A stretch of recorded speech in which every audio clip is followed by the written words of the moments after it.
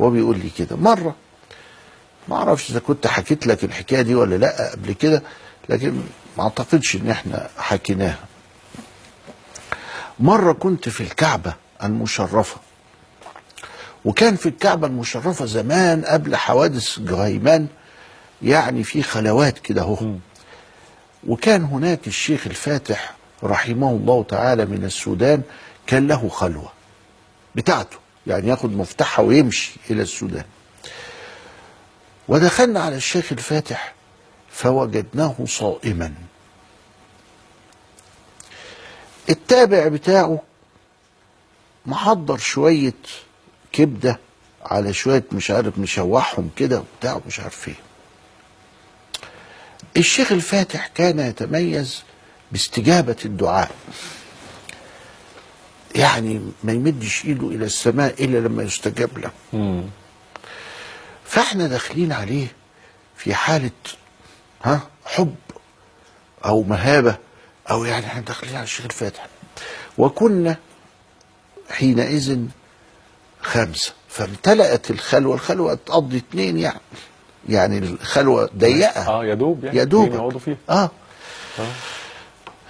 فجينا نستأذن علشان احنا عرفنا ان هو صايم وان احنا نمشي بقى علشان قال ابدا لازم تاكلوا معانا. فجاه الولد ومعه الرز ومعاه الحاجه دي هي ومحطوطين مع بعض.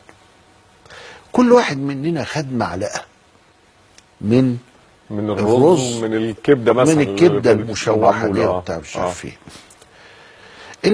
معلقه كبيره، يعني المعلقه الكبيره دي قعدنا ناكل فيها بتاع 5 دقايق. سبحان الله. يعني خدناها مش على فم واحد. لا خدناها على خمس بتاع. وكل ما ناكل كل ما نشعر بلذة الطعام، طعام ما زال طعمه في فمي الى الان. ادي البركه يا سيدي، الراجل ده مبارك. وبعد كده جاب عنقود عنب، فخد كل واحد مننا حبايه. ما زال حلاوة العنب موجودة عندي لغاية دلوقتي، والكلام ده حصل من قول 30 سنة 35 سنة فاتت أو أكتر. ده 40، ده احنا الدنيا جري.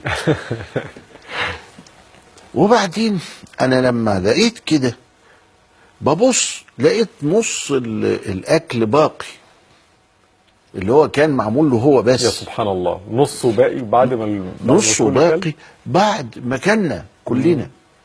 فأنا أدركت إن هذا الرجل مبارك وإنه عنده بركة، وإحنا لازم نرجع بالطيارة بكرة الصبح، وما عندناش لا حجز ولا أي حاجة في أي حاجة. فقلت له يا مولانا إحنا ما عندناش حجز، ادعي لي ان احنا نلاقي حجز احنا ال3 كده. كان معايا 2 تانيين. قال لي اللهم يسر الامر. بعد كده علشان تعرف بركه يعني ايه، خرجنا فتحدث بعضنا مع بعض. انتم ما لاحظتوش حاجه؟ الاكل زي ما هو. كلنا واخدين بالنا ان الاكل زي ما هو. وده النبي عليه السلام قال وطعامه 2 يكفي 3، لكن ده طعام الواحد كفى 6. واخد بالك؟ فاذا ففي حاجه اهي، في بركه ايه؟ انه لما نشارك في الطعام وكذا الى اخره يقوم ربنا يلقي البركه فيه. فبالشكل ده احنا خرجنا ورحنا المطار، وما فيش بقى، ده احنا في الحج وما فيش ما بتاع. فلقيت شباك فاضي خالص، معلش حد اطلاقا ولا واحد.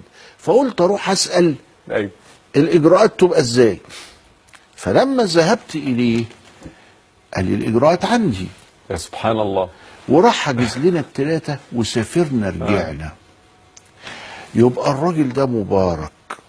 منين البركة دي؟ من إخلاص القلب، من ضراعة القلب بالله، من كثرة الذكر، من العبادة. يبقى إذا الحاجات دي فيها بركة. صحيح. صحيح. وقول يا اخي الكلام ده احكي لك منه كتير. نعم، بركه ادي فيكم البركه، والله. ففي بركه.